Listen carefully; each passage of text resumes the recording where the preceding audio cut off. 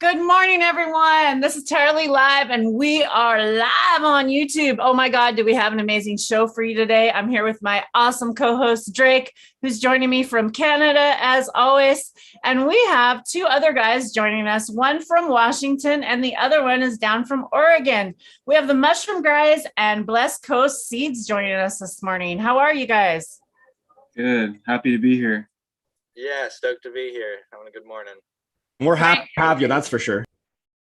Great. Well, welcome. Let's go ahead and get a puff on, because, we got to start out with a dab or a puff, whatever you're puffing on. Bless Coast, what are you puffing on this morning? I'm smoking some Samurai Sour. Finally, super stoked about it. Nothing like starting the morning with some sour, It's like my coffee. Amazing. It's like my coffee. Are you a coffee and cannabis kind of guy? I am. I just can't drink so much coffee. So, it's like one of them things where I love it, but I gotta do it in moderation like everything else. Hey, that's all right. Nothing wrong with that. Yeah. And what's RA smoking on today? I'm smoking on some ice cream cake from a friend. My cannabis this year, it's not quite dry because I ran full season for my first time in a long time.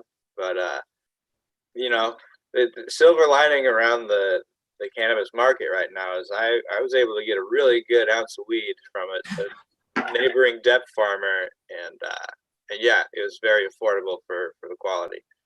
Got some good prices, did you? Yeah. Nice. That's always nice.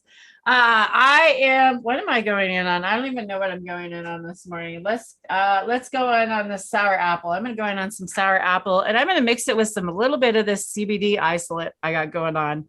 I get reminded to use CBD every now and then, so I'm going to put a little bit of that in there. Drake, what are you puffing on this morning? I am going to load up. I think first I'll jump into some papaya because it just smashes me right in between the eyes, and then I'll follow it with some Ghost Train haze to kind of keep me, palatable for the whole show. Awesome. Well, amazing.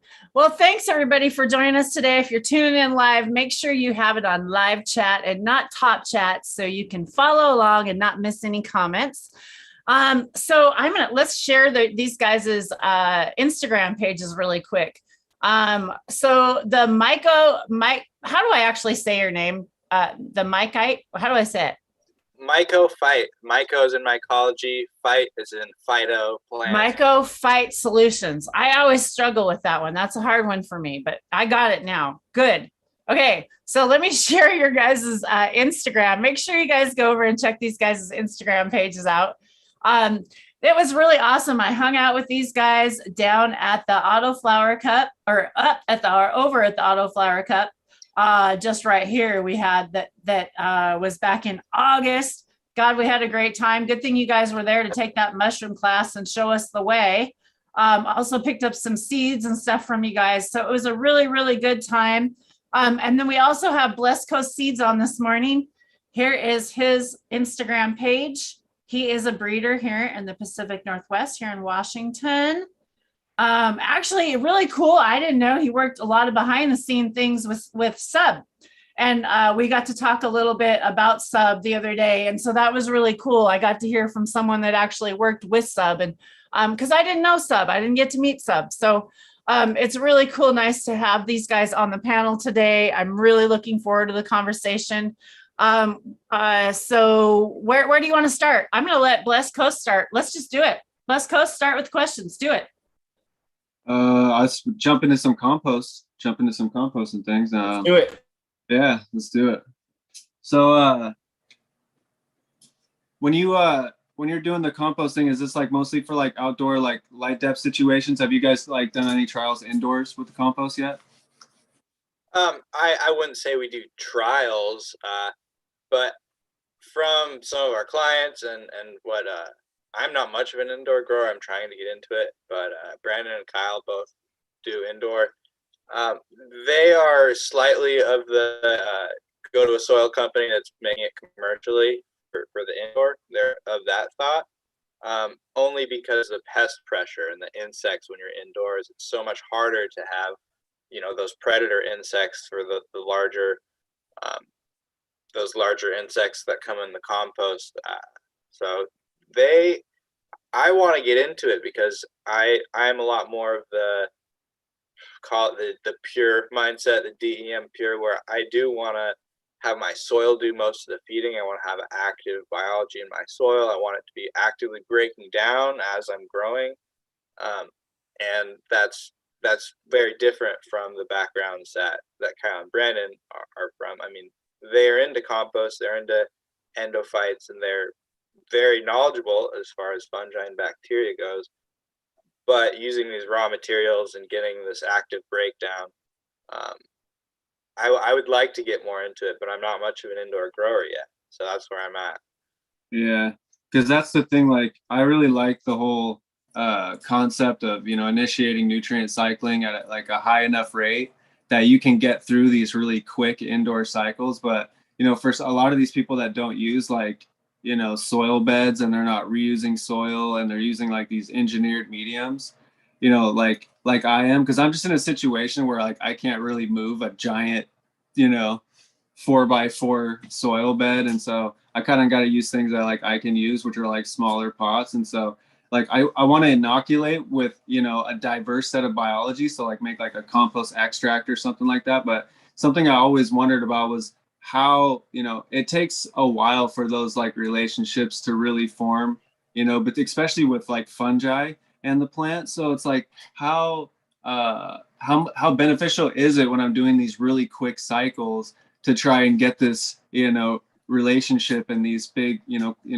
sets of mycelia and all these things that we look for. You know, it's like how it, by the time I'm done in flower, it's almost like I'm just getting to the point where I feel like I'm getting some benefit from it.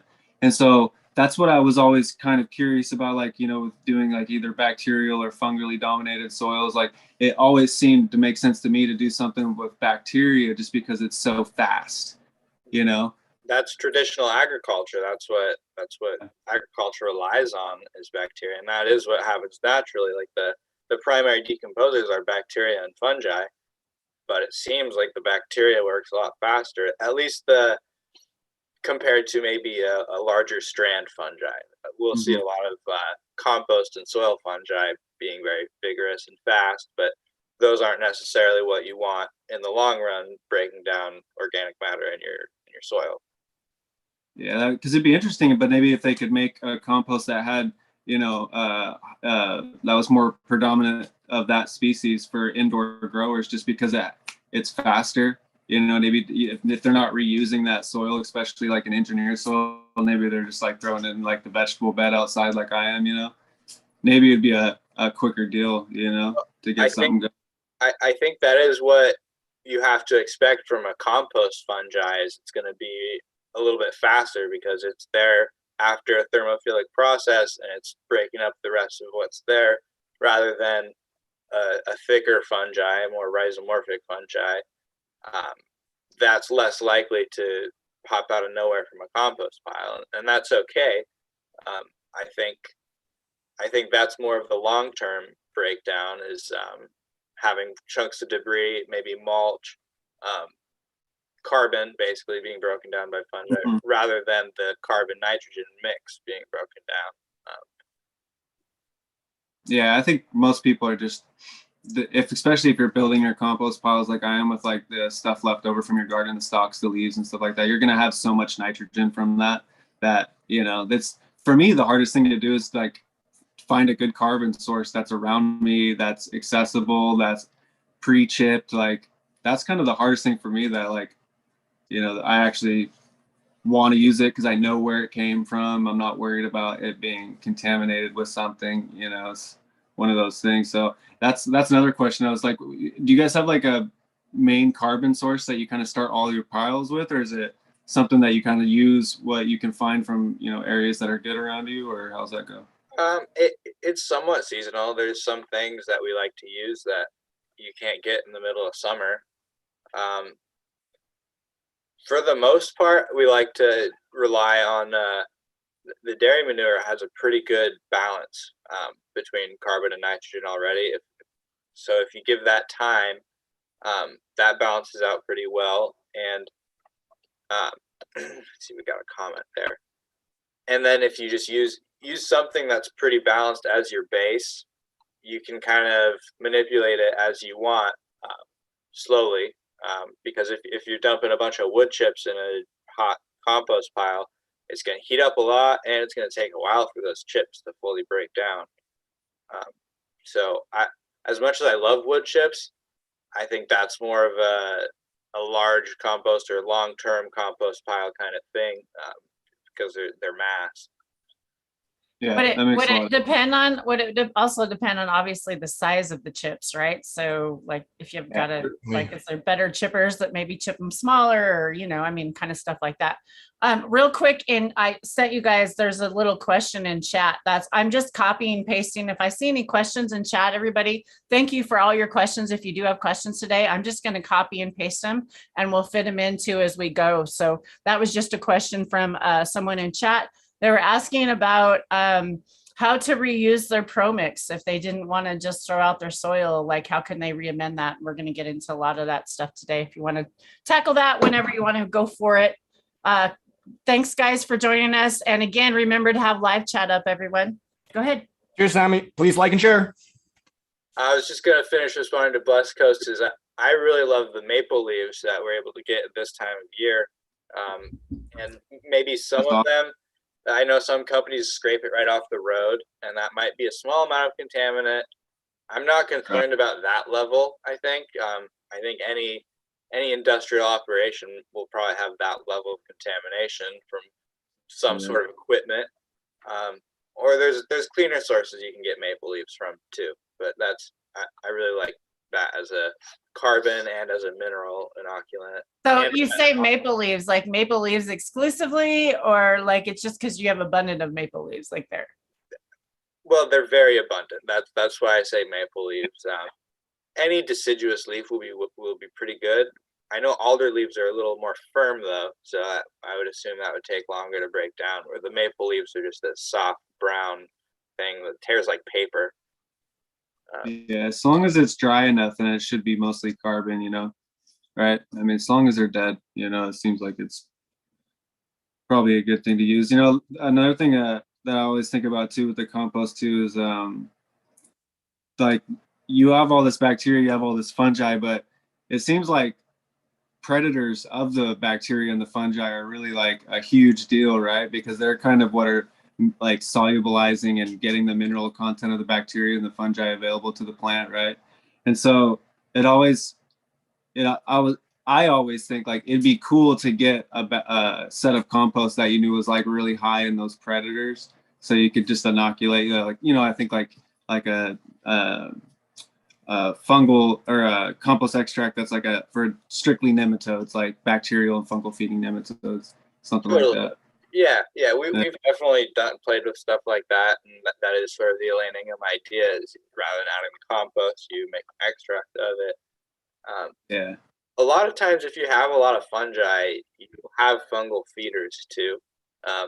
It's good to inoculate them. I think if you're in like a very excluded facility where you're not close to soil and nature, that you could get a lack of nematodal activity.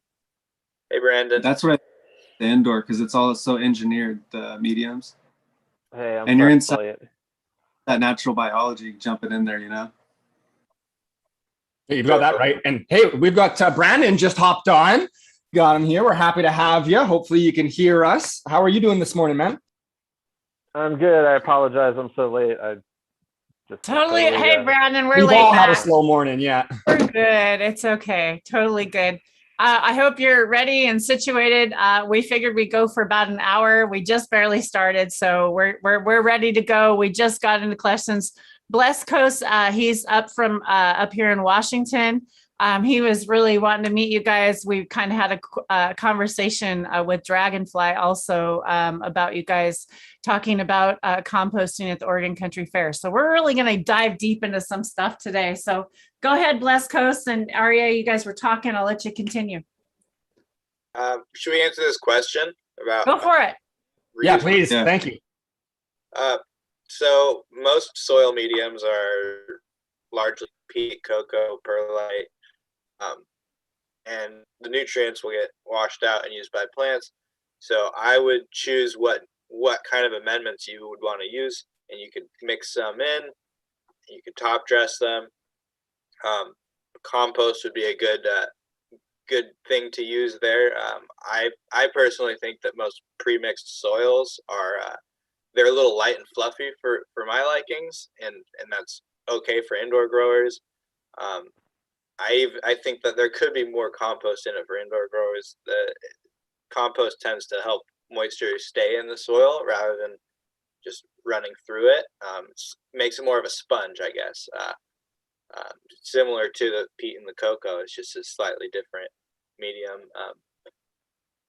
I don't know. What do you think, BlessCoast? Would you be worried about like pH issues or problems from having too much compost versus the pre-mixed soils?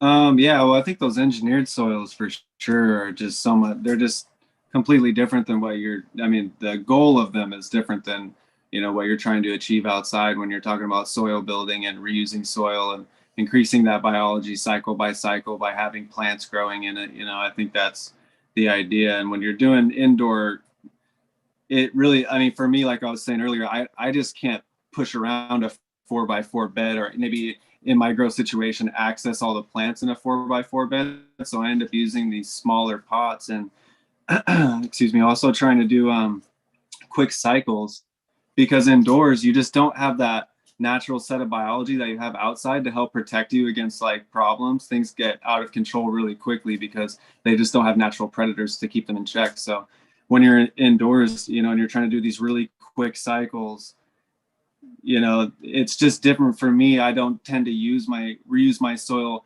indoors. I tend to use it outside after that in my vegetable garden, and try to use it in places of maybe where like I have a bunch of compaction. I can mix some of that in there because it's basically perlite and a bunch of aeration at the end anyway. So yeah, if you are trying to use the pro mix though, I think what he's saying is pretty correct. You would probably want to get some more organic matter in there with like the compost, and try to actually turn it into a soil instead of just like an engineered medium, right? Because most of those store-bought soils are really, it's almost like a form of hydroponic growing, really, until you have a plant growing in it and putting exudates into the soil, and you're actually putting something that's like either compost or adding some biology to it. It's pretty much designed for feeding with soluble liquid nutrients. So it's really what your end goal is. You could always use those components and add more components to it and build it into a soil if you want to, but it really comes down to what you're trying to do and how you're trying to do it, how you're trying to stay consistent. Again, for everyone out there, if you didn't catch it, the question was from our buddy Sammy. Shout out. What's the process of reusing my Pro Mix if I don't do living soil? Brandon, do you have a perspective on that you'd like to give? Do you have a means in which you could maybe remediate some soil, either in between runs, say the next run, and let it sit dormant, or maybe a quick way to spice it up so you could immediately reuse it for the next harvest or next cycle? Yeah, I've had some experience reusing. I reuse some engineered soil inside. I use Sunshine Mix #4, which is very similar to Pro Mix. And I totally agree. It's definitely just engineered mostly for soluble nutrients, but I've run organic in it as well. It's really designed just to have the right cation exchange and aeration for soluble nutrients. But when you're reusing it for organics, the problem you usually run into is that usually it's perlite, vermiculite, cocoa coir, or peat, something like that. And the peat and the cocoa coir is what it'll degrade and kind of burn out and cause compaction in that type of soil over time. So you might want to add something like an organic matter would work, but also if you just add more cocoa coir and mix that in each time, or you can add, it's helpful to add a little new soil each time, but a good compost would be just as effective, or probably better, especially if you're trying to utilize living organisms to boost your indoor grow. So I pretty much agree with what was already mentioned. Just add letting it rest. If you are running salts in it, you could try to leach them out with a flush and then letting it rest with some organic matter to kind of, if there are salts in that soil and you mix some compost in there, a lot of the microbes will use those leftover salts and incorporate them into organic molecules. So it'll change the EC of the high EC soil a little bit. So. And then 710 made a good point, I believe, or at least I caught something I just want to mention. For anyone out there that is looking for like an organic matter, might be using some manures for their property, probably assuming you're doing it outdoors. But if you're going to be going out and getting whatever manure you can find, say cow, horse, whatever you're looking for, be very careful that it's not going to be completely ridden with antibiotics and dewormer and so on and so forth, because you can really pooch yourself by putting on improper manure. And a lot of the times, unfortunately, because it's pretty hard, or at least around here, not as prominent to have an organic, grass-fed, no antibiotics, no dewormer setup, because with our conventional farming, that just doesn't, it's not conducive. It doesn't work for them. It's too much money. So be careful what you're looking for. It's worth it to actually get the proper manure when you're doing that. So sorry for the little tangent, but that's just like, you could completely screw your season. And we've seen that personally over the last couple of seasons with some friends, and it's not a nice thing to see, because now you have to spend seasons in which you should be growing, remediating an area in which you've spent money to screw up unintentionally. So nay. Yeah, especially indoors. You're just walking such a fine line between keeping things sterile and having healthy biology indoors, that you got to be really careful with what you do. And anytime you add something into an indoor system, that's just another variable you have to consider when things go wrong. So that's all. That's why I always say it's like indoors, people are trying to do these quick cycles, because they don't want to have problems, So yeah, makes a lot of sense. So Brandon, you're taking Elaine Ingram's course too, right? I am not officially taking it, but I've seen a lot of the information. Okay, so Bless Coast is actually taking the courses. So just to catch up just a little bit, you probably didn't know each other's background a little bit, so that was just a little bit. Yeah, I study soil and crop science at Oregon State, so I just try to take them in between semesters. So I'm taking them, but very slowly. One other thing about reusing soil indoors.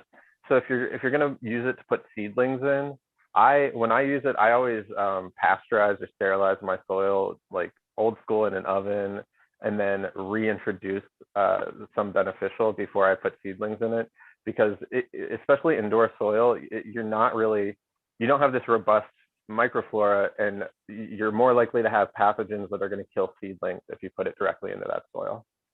100%. I'm actually really curious to talk with you about that, because for, I would say, 10 plus years I could pop seeds and never have dampening, and then for the last year it seems like dampening just hits everything.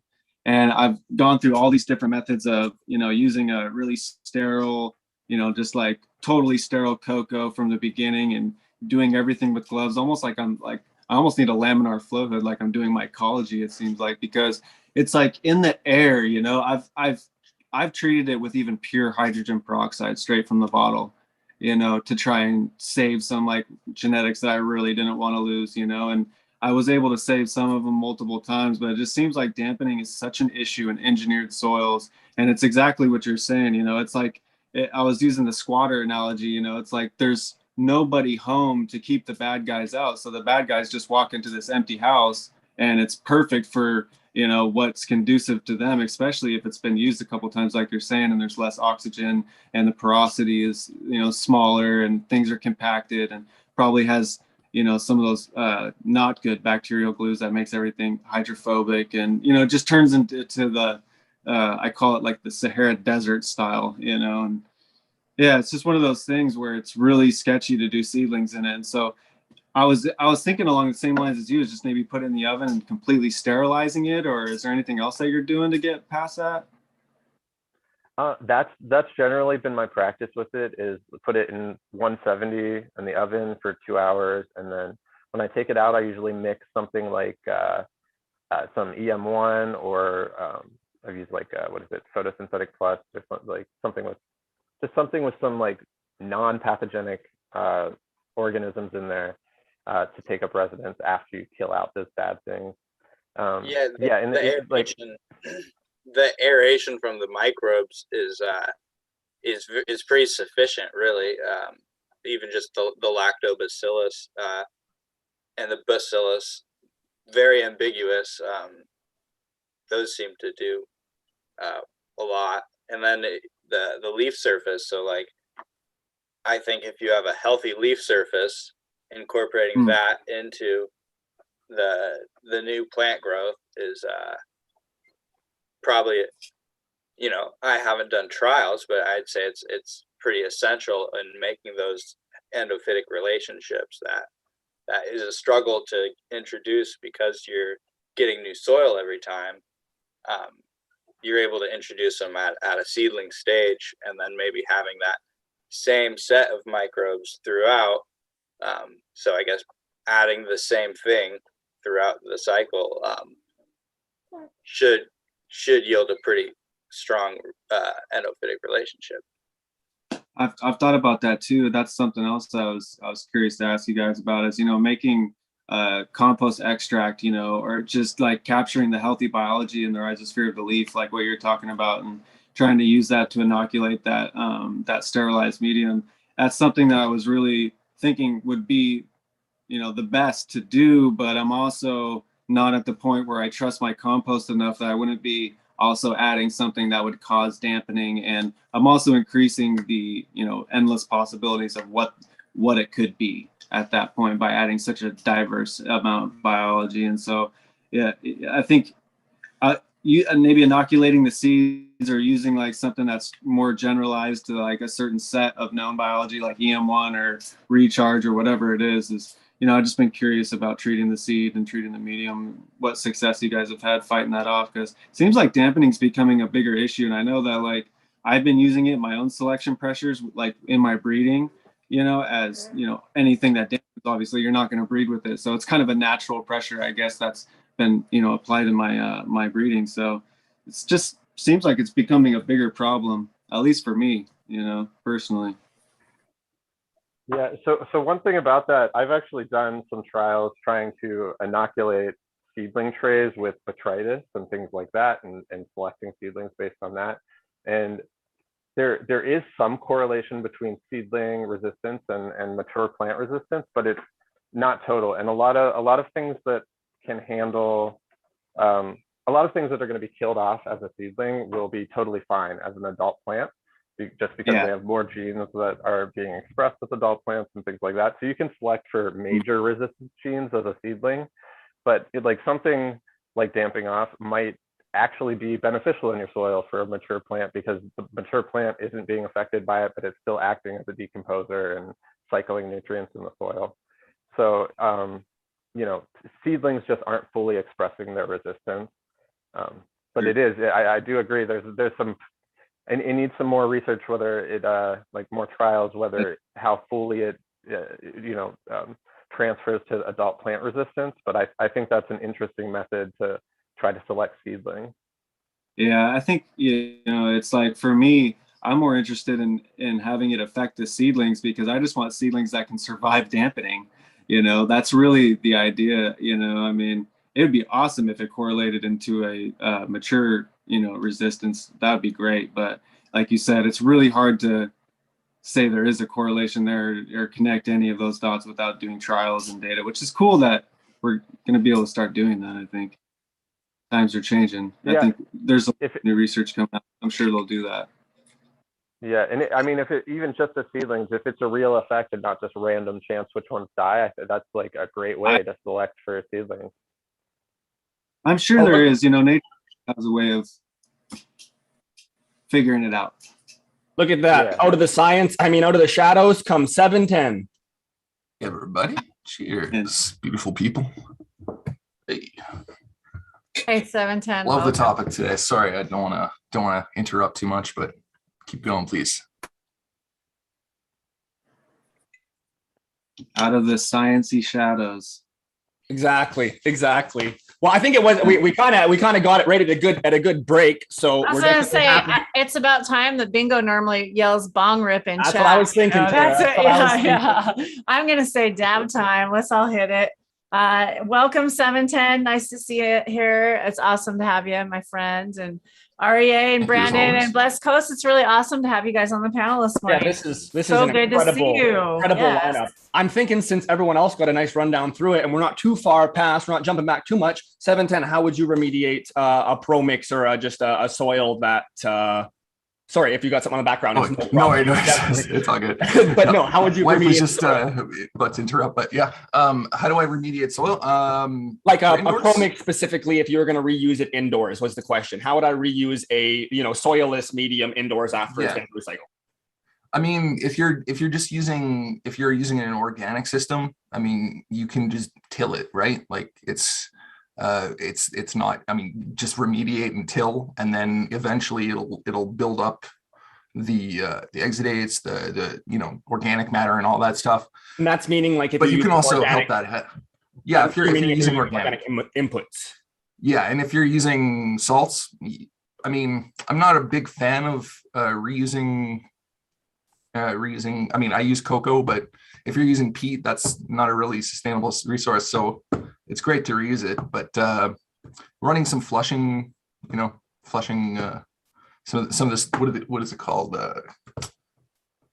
Clean, I think that's another one. But yeah, any of these flushers that'll chelate and lock up the nutrients and then make them water soluble again, so they can flush out of the water, or flush out of your media. That's great. But yeah. Wicked. Well, thank you. I mean, we already got a bunch of great answers that pretty much all said very similar things, but that's cool there. Yeah. We got one more tip out of you. There is potential products. Is that an organic product or doesn't, how does that? That's the Flora Clean is, it's basically just like, it's a chelator. So salts are chelated. I mean, nutrients are chelated in salts a lot of the time, and the salts are water soluble. So what these flushing agents do is they kind of like lock the salt up in a soluble form, in a form that can be washed out through the water and not plant available. Wicked. Well, there we go. So that's super neat.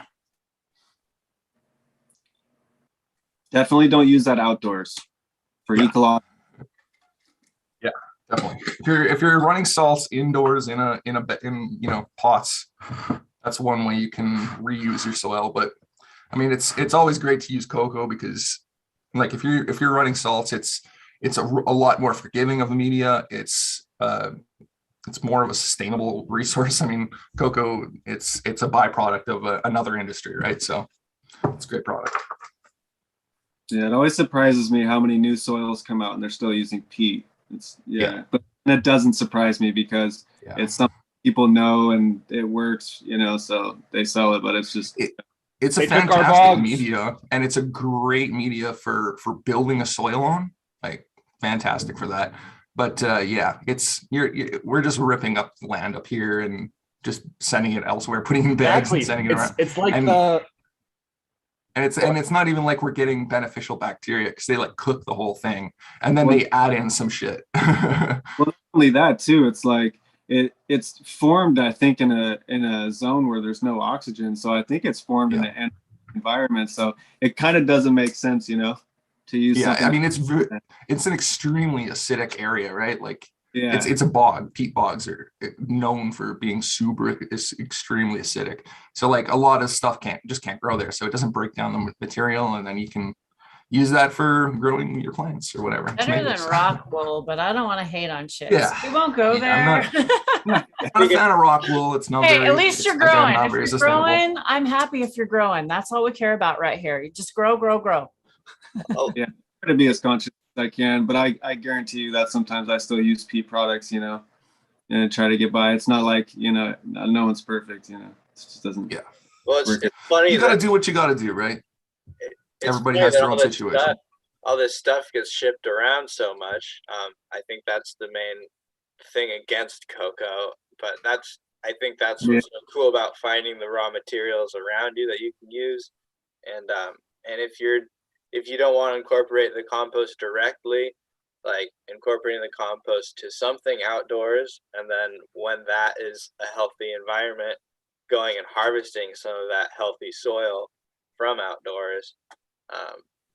That can be a good way to promote biology on your land or wherever you may be, in order to get some of that vigorous kind of outdoor biology into more of an indoor environment. I think that we have all these things near us, like Yeah, I mean, resources. absolutely.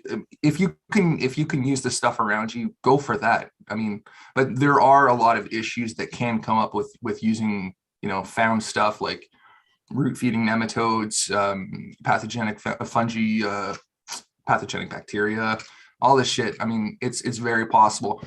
But if you take the time to remediate it and add in suppressive soil ingredients like trichoderma, all the bacillus species and all that shit, you can really get some bad soil to then be good soil. Yeah, and there are ways now that you can get your soil tested to see generally what is in there and at what levels. And if you wanted, you could even get it. You can get microbes identified to find out what is working for you or what is not working for you. So it's not a completely blind process. No. I think when you're doing it indoors versus outdoors, it just is such a fundamentally different thing that you just have to really not have too many generalizations about which way to do it and that way to do it for doing it both indoor and outdoor, because indoor, like I said, is just such a fine line between, having things go wrong and getting what having some consistency and, doing indoors, taking stuff from outside is like one of those things where you almost want to do it in a way to where it's controlled enough that you're adding some benefit to your garden, but it's not so uncontrolled that, it can increase, your probability of having something go wrong and then not being able to tell what was the cause of it. So that's just something you always got to be really careful when you start using things that you're not really too sure of what's going on, so. This is why IPM is generally thought of last. People people think of IPM once they get the bugs or once they get the fungi or the pathogenic stuff. It's if you start with that mentality that like, if I'm gonna get this, I'm gonna get these spider mites, I'm gonna get thrips, I'm gonna get some sort of fusarium or whatever. You can really break it down before the problem comes. IPM should never be a afterthought. Should be actually the first thought. If Indoor, right? Because even for outdoors too, but I just think outdoors, like you just have that set of natural biology to help fight. Yeah, and outdoors with that, like you just encourage that biology, right? Like, put up flowers that ladybugs and grow some grass for the mites that your soil mites eat. There's so many ways you can get your environment up, even if it's outdoors, indoors or outdoors. It's just ecology, right? Yeah, it's just using it indoors. You got to be real smart about it, and I mean, you got same with outdoors, but you got to. I mean, it's one of those things where if something starts going wrong indoors and you don't notice it quick enough, then you're gonna probably lose your cycle. And outdoors you can have some pressure here, some pressure there, and usually doesn't get out of control. And it gives you a little bit of time to react. And you have it's because you have those. Yeah, you have those things in place, those natural predators, just nature going around and doing its thing. But indoors, yeah, like if you can try and emulate that indoors, you bring in natural predators and these pests, you make the environment happy, for these predators. You provide them with alternative food sources. You can really, take the law into your own hand in your garden. Yeah, I like the using organics inside just by getting a good like organic form of mineral content and trying to get some, nutrient cycling going on, and pretty much just not doing anything not doing anything to the soil to kill that biology, and it just be really easy, make it easy, and not try to do too much, because once you start adding too many fertilizers, or you do too much of anything, pretty much, you're just not going to have that nutrient cycling, and your plants are going to get deficient, and it's just one of them things. So, and yeah, exactly what you said. If for and I mean, I know 710 specifically, you've got, organic system and just a standard salt system running essentially side by side and doing it for a long ass time. And you have the theoretical, the schooling background, as well as the practical. So the difference between the two, I would assume as well, and I mean, I obviously roll down the Jam path a lot more, just doing as nature does, but I think I feel like you need to have such an open mind. And again, I'm just learning every day. I'm learning that I know nothing every single day. It's fantastic because I love it. It's inspiring, but I know nothing. And in general about the systems, it's kind of like that, right? So it is very difficult with an organic system. And once you start adding in 1, 2, 3, 4, 5 things, and you don't have proper, let's say, research on each thing you have made that you are adding in, well, there's no real way aside from just adding these things and watching, observing, writing it down, taking pictures, all the things that a normal person can do, and then just viewing it and seeing what happens. It's really hard to know what's doing what. And then when you have a problem that does arise, okay, well, is it because I added this, or was it the 15 other things I did or that I added into this soil when I made it? So short question made long, as I always like to do. In the organics versus a salt system, this is indoors as well we're talking about. Is your organic system a little bit more standard and easier applied than what some of the natural farmers are doing, in a sense that you've still got, say, bottled organics or just organic inputs that there's maybe not 15 different things you're adding in?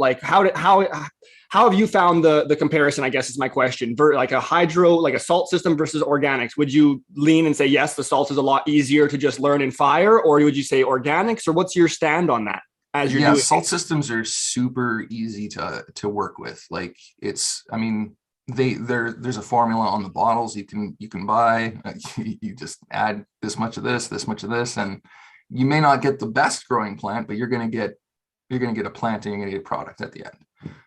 Where with an organic system, you can overdo certain things and really fuck your plant up. You can underdo certain things that really fuck your plant up. But I should stop swearing here. Mess your plant up. And basically, it's balance in the soil with organic system, because you're relying on not only your plant to change the environment of the soil, but you're relying on microbes and microarthropods, fungi, the whole gamut. And I see Rare 710 had a comment there about replication of microbial activity in the soil. And yeah, it's really difficult to make sure you can replicate exactly the same thing year after year after year if you're not using bottled products. This is why I do use bottled inoculants. So microbial mass, the photosynthesis plus, I believe it is. That seems like some decent shit. But yeah, as for bottled salt, no, you can anything you can get from a bottle, you can get from the plant, because the plant, plants grow. They use all this stuff so you can then get it back out. No bottles in the forest. Yeah, exactly. There's no bottles in the forest, but I do use boxed dry amendments like blood meal, bone meal, chitin, stuff like that. But yeah, it's organic, right? So what you're trying to do is you're trying to grow a quote unquote healthier product and be more responsible of a grower. That at least that's my goal with it. And if you can do that, that's how I'm doing it. You don't need a specific Jadam or KNF. You can incorporate little pieces of everything. Well, yeah. So any product you bring in, short of the salt product, a lot of products have the bacteria and fungi listed on them. So pretty much anything you bring in, any input, is going to have biology in it. Like, you need to view that as an inoculant in your garden. So if you are able to get the same raw materials, you can generalize what organisms are in those, and you can know what you're adding at what levels and how they work together. And that's what a lot of these products are. Like the EM1 product is a really strong microbial product, and it's just 4 sets of microbes. So there's lots of, you know, maybe this field of these different lactobacilli, these different Saccharomyces, and they're able to all work together in a bottled form. There's no reason we can't treat our soil in the same way. If we know we're adding this leaf mulch every year, we know generally what beneficials are there and at what balance. So if you can replicate that balance of raw materials, you can likely balance the organisms at play. And whether that just be, you know, you're adding this kind of mulch every time and you treat this mulch in this way. So we inoculate mulch with wine cap mycelium, and that's a very rhizomorphic fungi, and so that brings a lot of fungal feeding nematodes. Those fungal feeding nematodes are really vigorous in the soil, and that just makes it valuable. What's that? It makes that compost so valuable. You know, that's when you're talking about the fungal feeding nematodes and like the, you know, the bacterial feeding nematodes and the other biology that is consuming the bacteria and the fungi. I think that's what makes compost so valuable, is you just don't get that from a powdered inoculant that you get at the store. Yeah, and you're also, you know, you're trying to grow that from, you know, a spore level. And I think when you get compost, it's just so full of active biology, you know, that it just makes so much sense to try and use that to jumpstart your soil. I mean, this is similar to jumpstarting a compost pile. You jumpstart it with a little bit of compost. You know, I feel like that's the best thing to do with soil. Is the same thing, is jumpstart it with some compost, because it just has all that biology, like you're saying.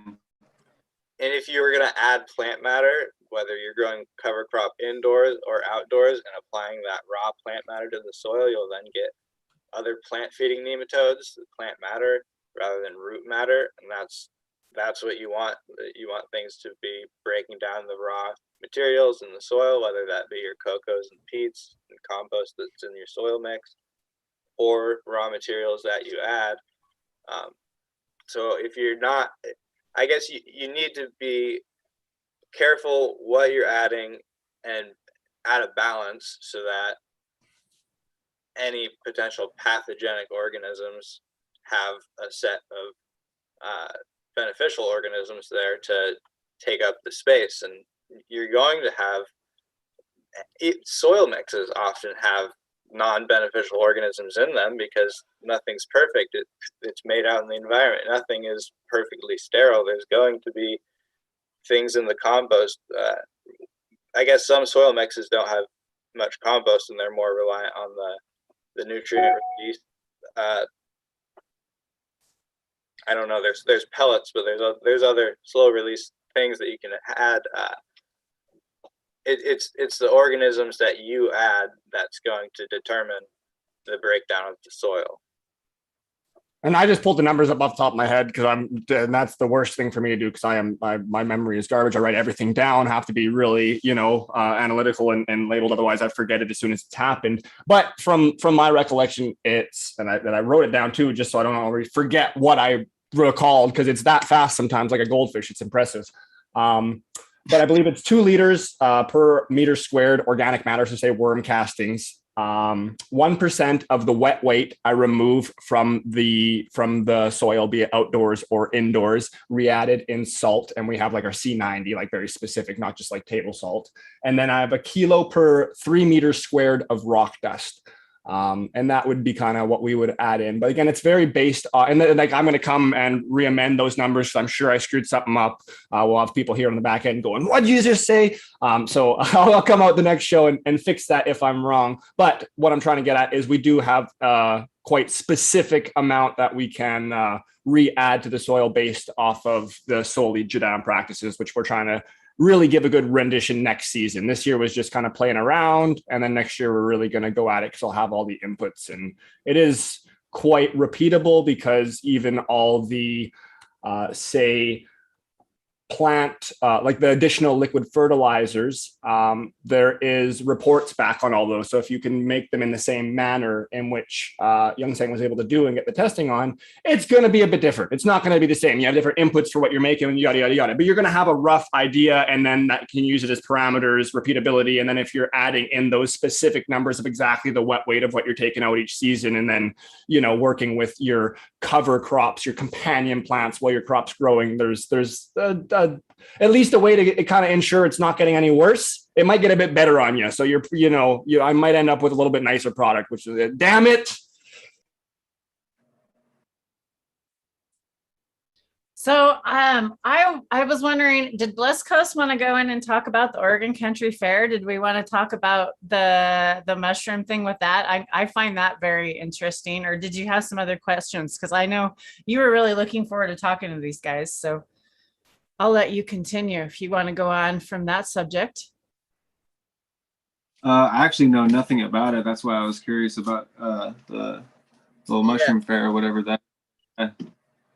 Yeah, the Oregon Country Fair is it's probably the oldest music festival, oldest standing music festival. It's probably 50. It was 50 years old before the pandemic, so it hasn't happened for a couple of years. But it's the only music festival that composts all their waste, all their food waste, all their paper waste, and the way they had been doing the process was keeping the food waste separate from the paper waste, because the food waste made such a clean compost that they were able to use in small veggie gardens. But they ended up with 60 tons or so of compost every year just from the paper. So that was not a very healthy pile. There was not a lot of nitrogen in it, and it was anaerobic, because while they did flip it, there was really nothing breaking it down properly. It was just a pile of paper that they kept flipping. And it did heat up, but it was a very inert substance, very like filled dirt, like it was powdery. So since then so the fair hasn't happened, but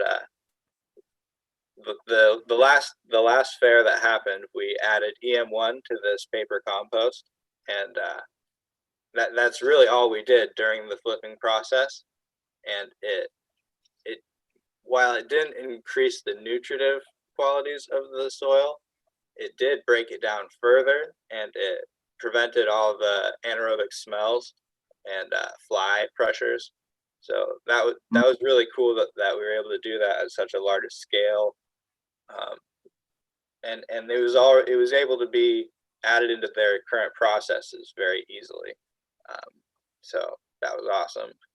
And so since the event hasn't happened, we have not inoculated it with fungi, but we have plans of inoculating it further with wine cap, at least in small batches, to break it down even further and potentially increase the nutritive qualities.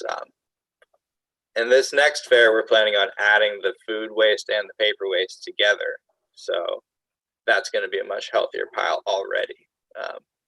So we're really excited to be able to be a part of this cool music festival. Man, that's so cool. It's like two of my favorite things: music, and compost. Yeah. We're blessed. Yeah, that's right. Exactly. Oregon's awesome. I love Oregon. So Bless Coast, you never got to experience that fair, huh? No. So I got to go the last year they had it, 2019, which, was their 50th anniversary. Wow. I'm so glad Josh and Kelly talked me into going down there. It's like no other out of this freaking world cool ass fair. You got to go if they're, I hope they get it going. That's cool. Do you know more about it, REA and Brandon? Are they getting it going? Where are you in touch with them? Like the fair itself, is it happening? I think it will happen this coming year. I think so, but I'm not, I'm not fully in the loop. It's not time yet. It's usually we hear around March. So we'll see. So if we're having it, I'm going, y'all. So we're having a meetup. So you know. You'll have to go live so I can live Yeah. vicariously through you as always. Oh, and I went live there. I did go live. We got Josh playing the drums there at that concert. It's pretty fun. So, anyways, back to the conversation. I don't want to take away from that. Did you guys have any questions specifically about mushrooms, or did you want to talk about what you guys have been doing? Maybe some updates. Go ahead. We're doing a pretty cool project with a local compost company. They're working with Elaine Ingham, or they have worked with her a lot. Like some of her videos were filmed there, ground up soil and silo. So we've been working with them for a while to increase the fungal activity of their compost. It was already close to being biologically complete up to Elaine's standards, which is calculated through the microscopy work that she teaches. And so we've done essentially a compost extract, which is sort of the standard, but we've went further and we've cultured the fungi from the compost and grown it up at larger scale, and then so we're doing that in sterile grain and sawdust bags, and that creates a lot of spores. So the bags are often like a green or a dark brown or reddish. Like there's all these different colors of the spores that grow in these bags, and we reincorporate them into these, large windrows. So we've been working with them for over a year now, developing procedures and helping them get to that biologically complete standard. That is dope. That is really cool, man. Right on. Yeah. So the idea being that we're taking fungi that already are surviving in these piles and really jump starting it onto newer piles and increasing the fungal biomass. That is so cool. I think I've seen in one of her videos, I don't know if maybe it was your guys' product, but it was something along the lines of that. And it was almost like a brick just covered in mycelium, and she just kind of breaking it up and adding it to the other piles, and also making like a compost extract out of it. So she was adding wine cap. So in the videos, she was adding wine cap mycelium, and we've not found any success in mixing that into a compost pile because it's such a rhizomorphic fungi. It wants to live on the surface where there's air. So that's why we've been incorporating, we're calling it myco mulch, where you add wine cap spawn to the surface of soil, and then the mulch of your choice on top. And if you're bringing in different raw materials as mulch, you can treat them in various ways, pretty low tech but high efficiency methods to hydrate and pre-inoculate the raw mulch to deter some of the non-beneficials. Just soaking in water for 72 hours is enough to reduce the non-beneficials and the competitors to this beneficial fungi that you're adding near the mulch, enough so that the myco mulch, the wine cap, can overtake the majority of any competition in that medium. And fungi, so oysters and Stropharia both are able to make spears that can kill nematodes. So these fungi can actually eat nematodes. So, that just means you want to be incorporating plant matter too, so you have beneficial nematodes in plenty. So I guess I'm getting a little bit deep into it, but no, that's really fascinating though. That's really cool that you guys are doing. How we like it.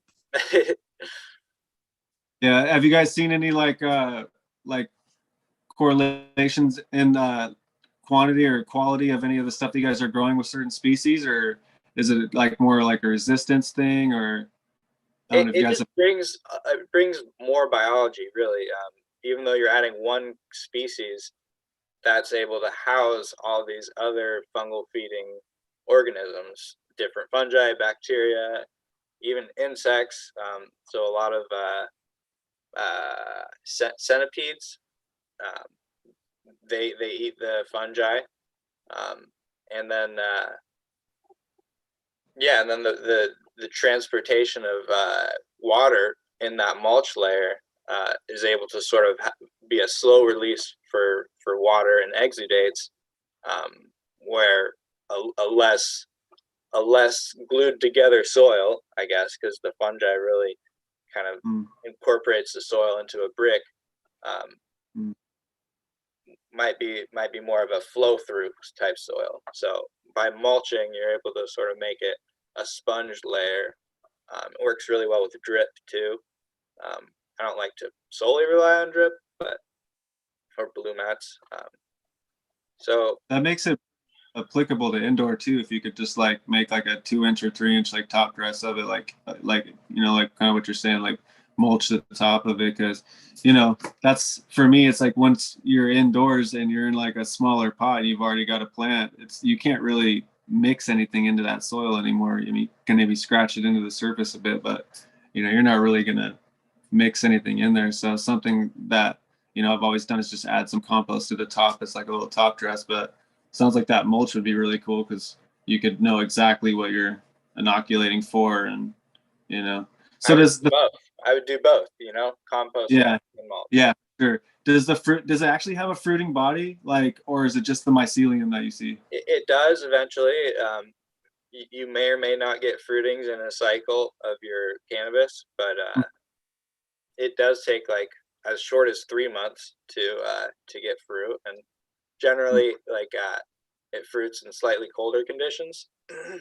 So towards the end of your cycle, maybe when you're almost harvesting, or after harvest, they tend to be fruiting around then. Is this the wine caps we're still talking about? Yeah. Right. There's so I got a bag really late last year, and in fact it kind of got, and then I kind of didn't get it out there really late. It was kind of, you know, so I finally threw it out there, and needless to say, like early in the spring I actually was getting like some nice size ones. Like at first I was like, oh shit, is that a wine cap? Like I've never seen them before. Like, so I was like, oh, is that really one? And I'm like, I don't know what it is. I don't want to eat it because I'm not sure what they are, you know? So I just kind of left it alone, you know, and then, oh, sure, another one. So I'm like super excited to grow some more. And I bought some of those log things. I put in a couple, but I didn't do as well as I should. Another thing that, you know, I need to be a little bit more prepared when I buy these things. I got the cactus growing, however, that I bought from you. And so at least that's going. And I forgot the other bag of mushrooms that I was going to get from REA. So I have a bag of mushrooms when I meet up with REA, because I'm going to plant them again in another garden, because I think it's just fun to see these mushrooms pop up in your garden. I think it's just fun for me. We get photos all the time of people who have planted them, and like throughout the year, they're like, oh, look at these patches, look at all these popping up. And sometimes there's like over a dozen in the frame. It's like pretty crazy how much they can produce, and generally if you add more mulch on top, they'll just keep growing in those areas. And while that might not be the best indoors, you can get away with a pretty thin layer of mulch and myceliated matter, and then have cover crop growing over it, and it creates this moisture gradient that is really good for biology to grow in. And one of the benefits of using the mushrooms is, you know, when you can't till, they help move the nutrients through the soil for you, both through their mycelium, they'll translocate nutrients, and by, you know, increasing other soil biology like insects and arthropods that will basically till the soil for you to some extent. So the more we can get nature to do the work, the better. Yeah, I like the aggregation effect they have too that you guys mentioned. It's always, you know, an awesome thing when you, especially with those engineered soils, which basically they just want to turn to powder. Like anything you can do to get, you know, aggregation and macro aggregates going with all that hyphae is awesome, you know, especially with mushrooms. I think that's really cool. I always like seeing the little brown mushrooms that pop up at the end of my cycle. I never look to see what kind they were or whatever, but it's really common. I see them in a lot of people's gardens, so I'm I'm not assuming it's anything too wonderful, but it's always cool to see them. Yeah, the wine caps can get huge sometimes. It's pretty cool. What do they look like? Are they little brown mushrooms or? They've got a wine colored cap. It can get brown if they get sun damaged or hit by too much light, but it's like a really, when they're buttons is the best time to eat them, and they'll have a really vibrant red color. But they can get to like a dinner plate size, and when they start to open up. Yeah, they're pretty robust. If you're seeing tiny little brown mushrooms inside, most often I see like Coprinus type mushrooms, which are relatively ephemeral. There is Coprinus comatus is an edible Coprinus, but usually most Coprinus or Coprinopsis species are really delicate. The other one that people see inside in pots a lot is this bright yellow mushroom that's also, you know, it's very pretty to look at. It's Leucocoprinus brimbermii. That one's toxic, don't eat it, but they're you know, serving the same purpose as far as soil biology, and they're really beautiful when they do show up, so they're fun too. Yeah, it's awesome. Every time I see them, I'm like, sweet. Yeah, they've got some big ones there in that photo.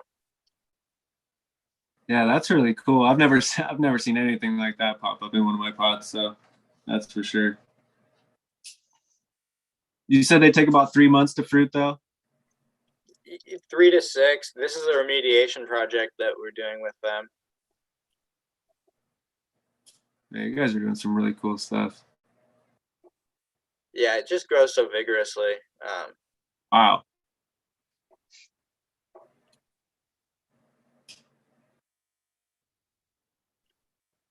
I think mixing in some of that compost too, like to that you know, engineered soil, like even in the like middle layers or the lower layers of the pot, if you're going to try and reuse soil is also good, just because you're getting like at least some clay content, and there's just so much nutrient content in clay. And you know, once you have the biology there to unlock it, you end up not having to, you know, keep remineralizing it with amendments every year, like less and less and less the more you build it. So you can definitely do it. Like I like the idea of like doing, you know, large soil beds indoors and reusing the soil and building the soil and trying to be as sustainable as possible. You know, I really like that idea, but I just think for a lot of people it's just impractical. So you got to find a way to still use the biology and organics to, you know, a way that's applicable to your.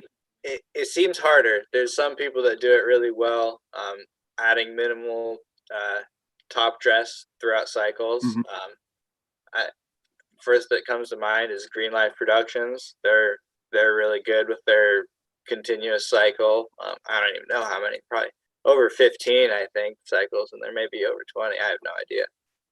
And then another farm that we've been helping, well, we just got them onto the idea of using wine cap is Tree J. I think, yeah, just Tree J on Instagram.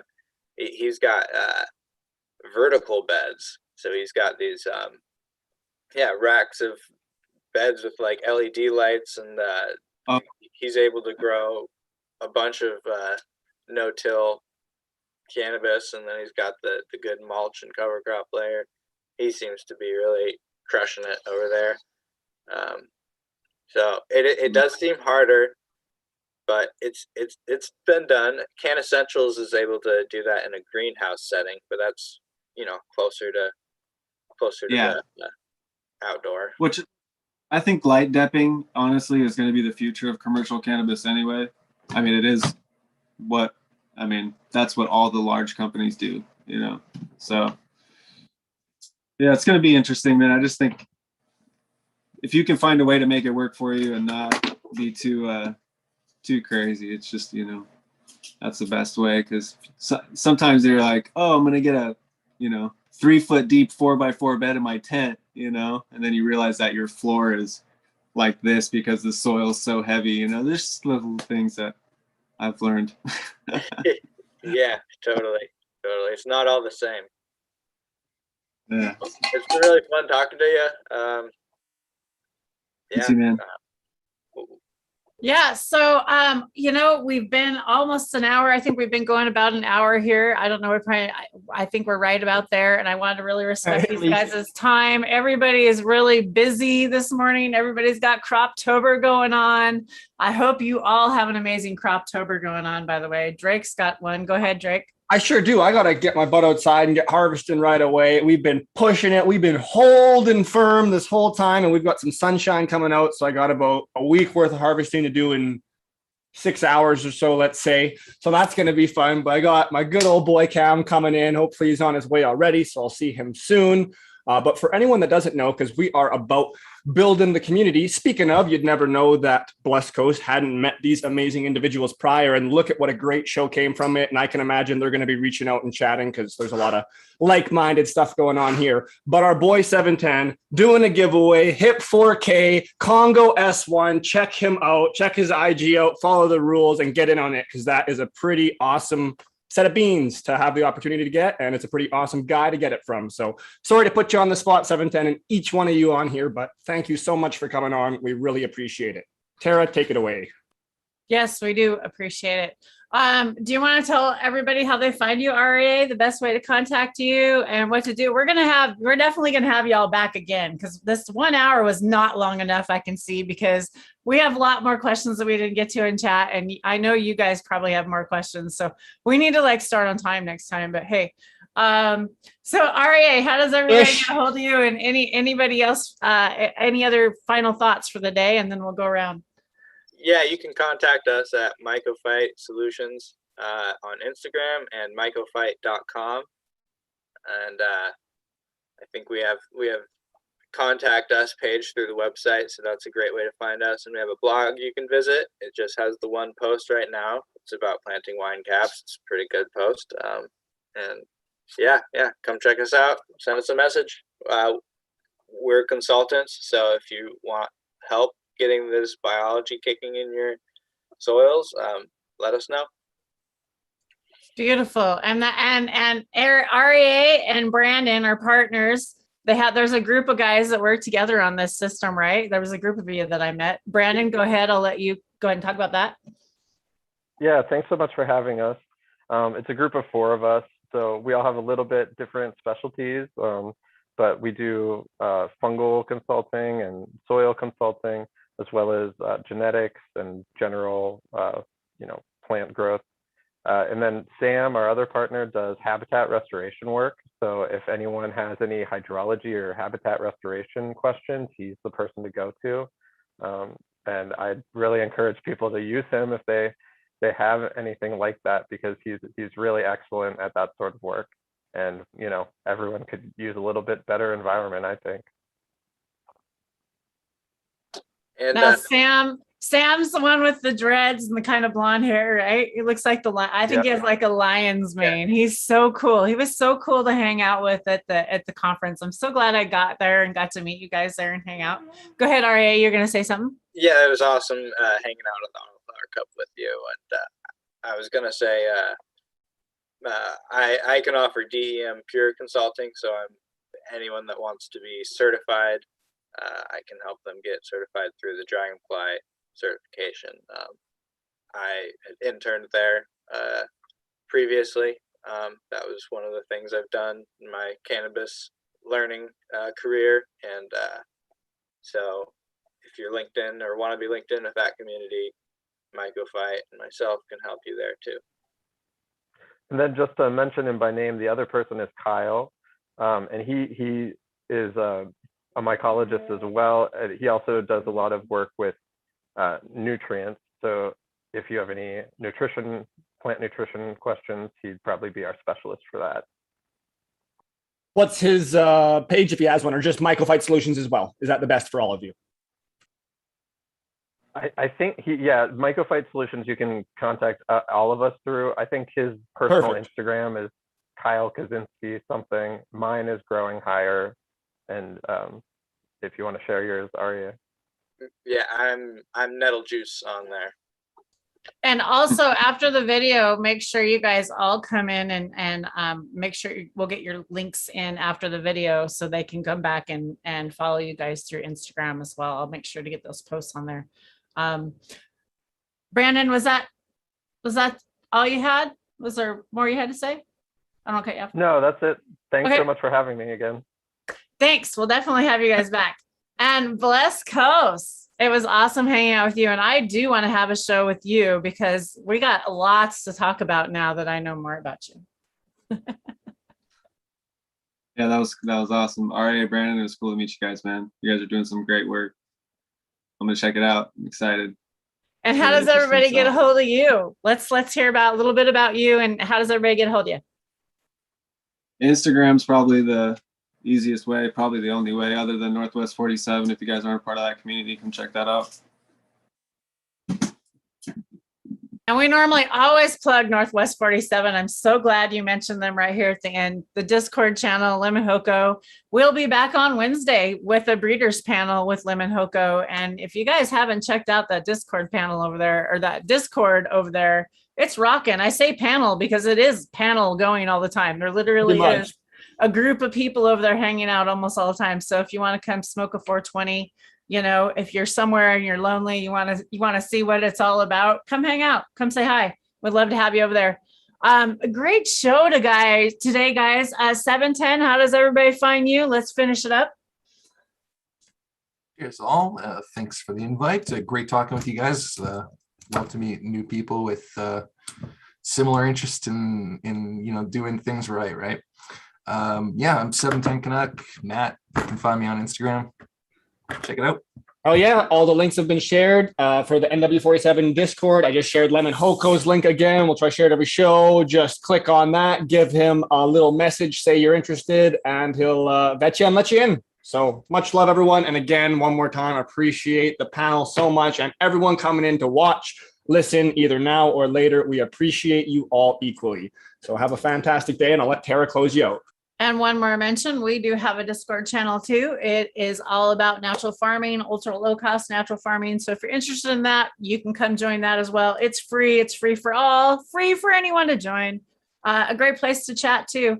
If you want to show us something, your grow, something a little personal, maybe you're not on Instagram. It's a little bit more of a private place. Maybe you're not somewhere where you're supposed to be partaking of this particular thing that we love every day and get to so much smoke every day. We should finish with a dab. Let's all finish with a dab. I got to finish with a dab. Let's finish with a dab. Okay. Finish with a dab. I'm finishing with a dab. Cheers, y'all. Let's light one up. Yes, because this is amazing. And I am so lucky to get to celebrate with this every single day, every morning, wake and bacon with my friends. And I do it on Discord pretty much if I'm not here with y'all hanging out here on YouTube. Because you guys are awesome in YouTube, by the way. Thanks, everybody. You all get an awesome shout out today. You, Pat, chat, you've been awesome and active and so positive. It's awesome. Any final? Go ahead, guys. Say something. I'm dabbing. Cheers.